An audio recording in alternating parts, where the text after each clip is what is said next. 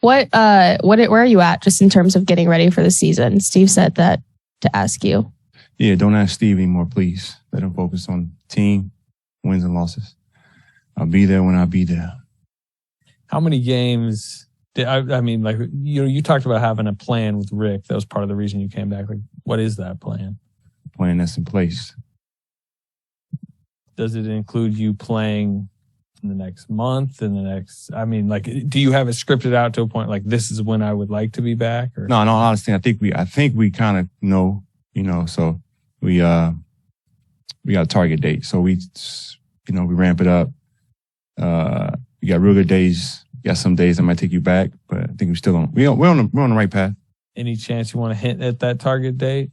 Nah, because then, if you're not there, then you're doing something wrong. And then there's noise that is not helpful to everybody else. So soon. Is there a plan, even if, like, let's say you return at some point, is there even a plan that, regardless of how the body's feeling, to like not play that much, even, in the last few months? I don't think so. I think once we plan. Because I think last year kind of helped us a lot too, just having that data in place.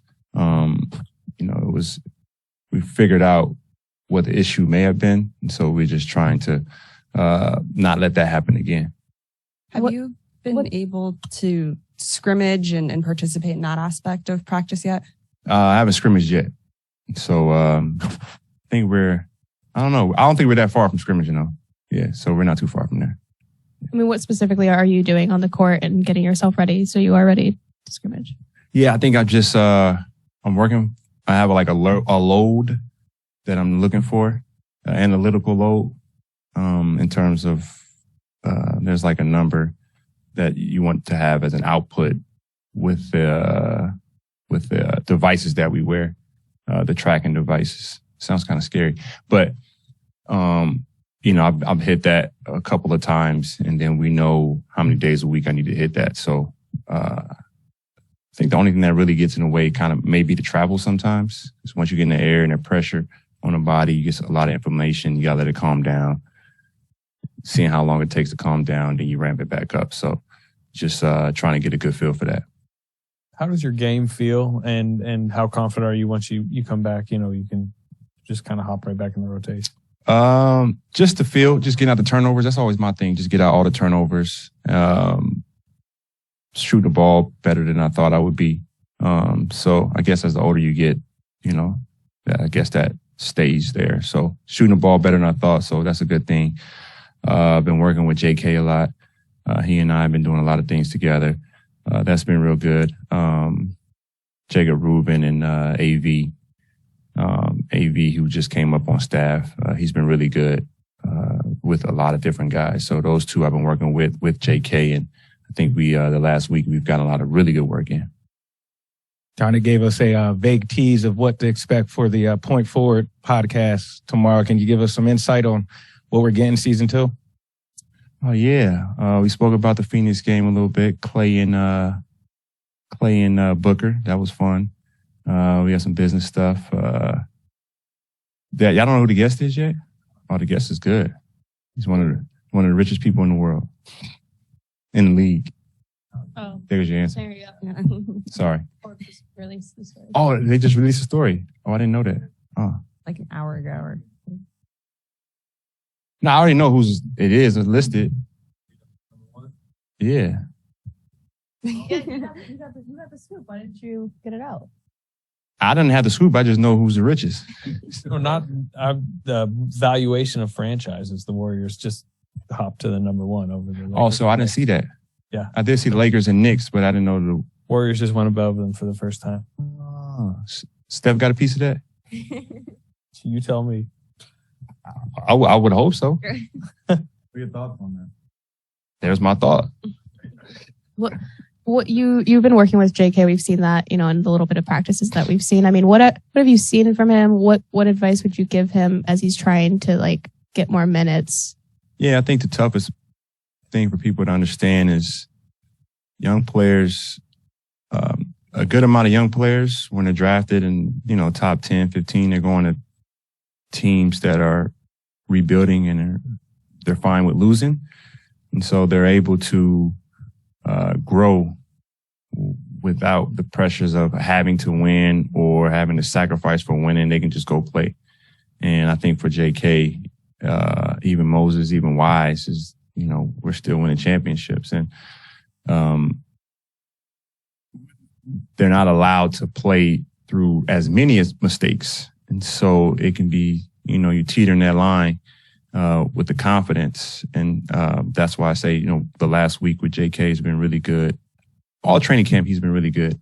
The biggest thing with him is just making sure that he stays confident and in good spirits. And if he's not in good spirits, understanding it's not a bad attitude.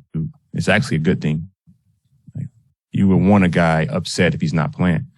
And so I think sometimes it might be viewed the wrong way. And the difficult part about the league is, sometimes the perception can become reality, and then they label you a certain way.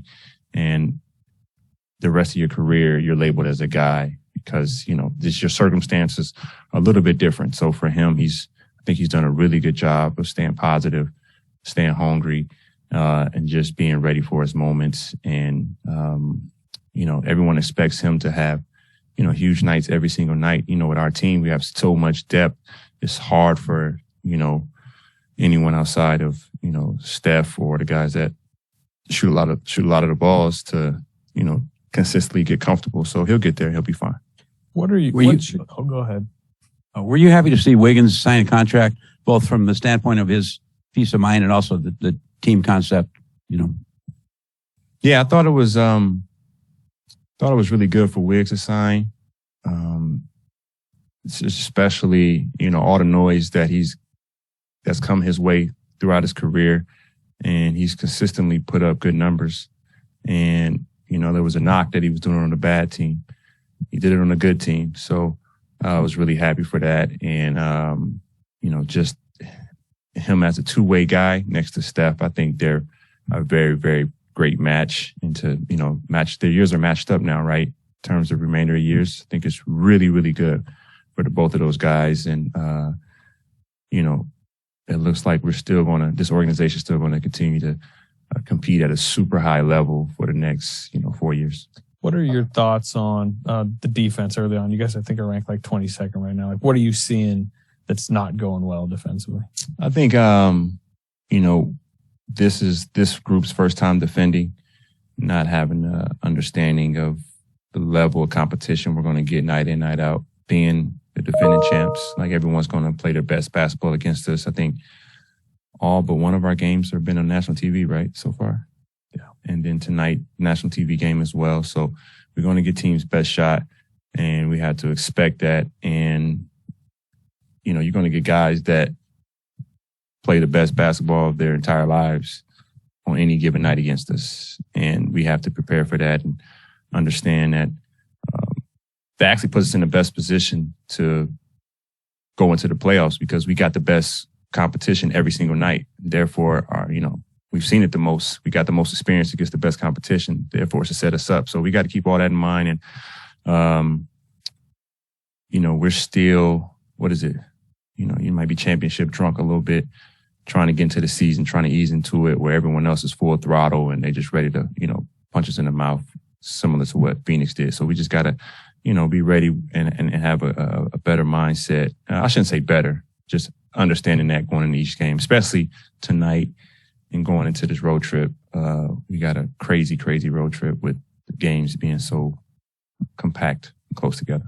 Does that same philosophy or kind of message feed into the second unit that's also hasn't quite figured out itself out yet? Yeah, the second unit they haven't played together as much, and so they're trying to figure it out. You got JP. When I was playing with him, he didn't have as much of a load on himself, trying to facilitate and score, know who he's on the court with, figure each guy out, which is what he's having to do now. And this is going to take time. We're only 4 games in. It really takes time to build the camaraderie with your unit. And then, how we do where we switch it up at any given moment and you got to figure it out all over again. But that's just a part of being a professional. And second unit has to continue to get experience with each other, but also I think look to sacrifice for each other a little bit more. Everyone's trying to find their rhythm, and sometimes it can be forced, and you don't always want to have like you overforce something and it's disrupting your teammate, and now he starts overforcing and it just becomes a domino effect. And but defensively, that's more important than anything. I think sometimes we're trying to figure out how to move offensively, and it leads to a bad shot, which bad shot is like a turnover, it leads to easy transition points. So just getting that continuity with the second group, and over time, I think we'll get it.